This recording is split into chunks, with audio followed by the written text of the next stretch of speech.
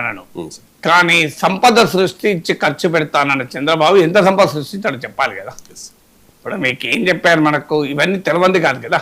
ఇప్పుడు ఆంధ్రజ్యోతి కొత్తగా పరిశోధన చేసి కనుక్కున్నది కాదు, తపస్సు చేసి తెలుసుకున్నది కాదు. Everybody knows this. ఏది జీతాలు, పెన్షన్లు, సబ్సిడీలు, అప్పులు, అప్పుల పైన కిస్తీలు, సో ఇవన్నీ బాగా పెరిగిపోతున్నాయి రోజు రోజు. కానీ చెప్పింది ఏంటి, మనకు చంద్రబాబు నాయుడు ఇచ్చిన హామీ ఏంటి, కేవలం జగన్మోహన్ రెడ్డి ఓన్లీ పంచాడు, కానీ నేను పెంచి పంచుతా అన్నాడు. మరి ఇప్పుడు ఆంధ్రజ్యోతి చేయాల్సిన విశ్లేషణ ఏంటంటే, చంద్రబాబు సీఎం అయిన తర్వాత ఎంత పెంచాడు, అంటే పెంచింది సరిపోలేదా పంచడానికి, మరి పెంచకుండా పంచితే ఏం లాభం. మరి చంద్రబాబు నాయుడు ఓటేసింది దేనికి, సంపద సృష్టించి పంచుతానన్నాడు. ఎంత సంపద సృష్టించబడింది ఈ కాలంలో, అంటే తాను సృష్టించిన సంపద కన్నా తాను ఎక్కువ పంచాడా, ఈ విశ్లేషణ చేయాలి కదా. సో అంటే ఎందుకు మరి ఇప్పుడు ఈ చేస్తున్నారంటే మీరు గమనించండి, P4 పైన P4 పిచ్చి అని ఒక హెడ్లైన్తో ఏబిఎన్ రాధాకృష్ణ వీకెండ్ కామెంట్లో వచ్చింది, మీరు గమనించండి. తర్వాత ఏం జరిగింది, అప్పటి నుంచి మీరు చంద్రబాబు నాయుడు P4 మాట ఎత్తలేడు, P4 చెట్టెక్కింది. అంటే ఏదైనా ఒక దాన్ని చెట్టెక్కియాలంటే మొదలు ఆంధ్రజ్యోతిలో వస్తుంది అనే భావన ఆంధ్ర సమాజంలో పెరుగుతోంది. సో మీకు ఇదొకటే కాదు, మీరు గమనించండి, ఎమ్మెల్యేలు ఇష్టారాజ్యంగా చేస్తున్నారు అని మీకు ఆంధ్రజ్యోతిలో వచ్చింది. ఏబిఎన్ టీవీలో ఇన్న డిస్కషన్ నేను ఇదివరకు చాలాసార్లు కోట్ చేశాను కూడా. కుటుంబరావు గారు అయితే ఏకంగా they are intoxicated with power. Telugudesam ఎమ్మెల్యేలు మీకు అధికారం అనే మందు దాగి తూలుతున్నారు అనే పదం మీనింగ్ అది కూటమి ఎమ్మెల్యేల పైన. సో ఇదంతా జరిగింది. తర్వాత మీరు గమనించిన వెంటనే చంద్రబాబు నాయుడు ఎమ్మెల్యేల పక్క అక్షింతలు, మీరు అధికారులు ఎవరు పనిచేస్తారని ఆంధ్రజ్యోతిలో వస్తుంది. తెల్లారి ఏమొస్తే మళ్ళీ 2 రోజులకు చంద్రబాబు నాయుడు కలెక్టర్లను వాయించుతాడు. అంటే రాబోయే, అంటే అమర్త్యసేన్ అంటాడు పొలిటికల్ ఎకానమీ ఆఫ్ హంగర్ అనే పుస్తకంలో, రాబోయే ప్రమాద గంటికల్ని స్వేచ్ఛాయుత మీడియా ముందుగానే మోగిస్తుంది అని.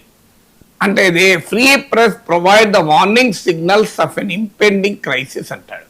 సో అమర్త్యసేన్ ఇచ్చిన ఈ స్టేట్మెంట్ మన ఆంధ్రప్రదేశ్కు వర్తిస్తే ఏమవుతుందంటే, రాబోయే పరిణామాలను ఆంధ్రజ్యోతి ముందుగానే మోగిస్తుంది అని. అక్కడేమో రాబోయే ప్రమాద గంటికలు మోగిస్తుంది, ఇక్కడేమో రాబోయే పరిణామాల్ని సూచిస్తుంది ఆంధ్రజ్యోతి. మీరు ఆంధ్రజ్యోతిలో వార్త రావడము, ఆ తర్వాత దానిపైన అనుగుణంగా యాక్షన్ ఉంటుంది. అందుకే P4 ఉదాహరణ చెప్పాను. మీరు P4 పిచ్చి అని రాధాకృష్ణ కామెంట్ చేసిన దానికి ముందు తర్వాత చూడండి.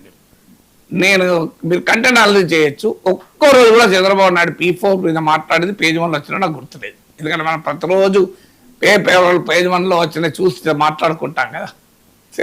ఆదివారం రోజు అయితే చెప్పలేను నేను.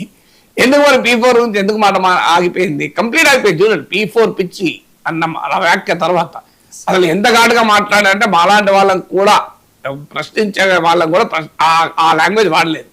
సో చంద్రబాబు నాయుడుకి ఎవరో చెప్తారు ఆయన దాన్ని పట్టుకుంటాడు అని అలా వాయించారు. ఇక హెడ్లైన్ చాలు కదా, P4 పిచ్చి.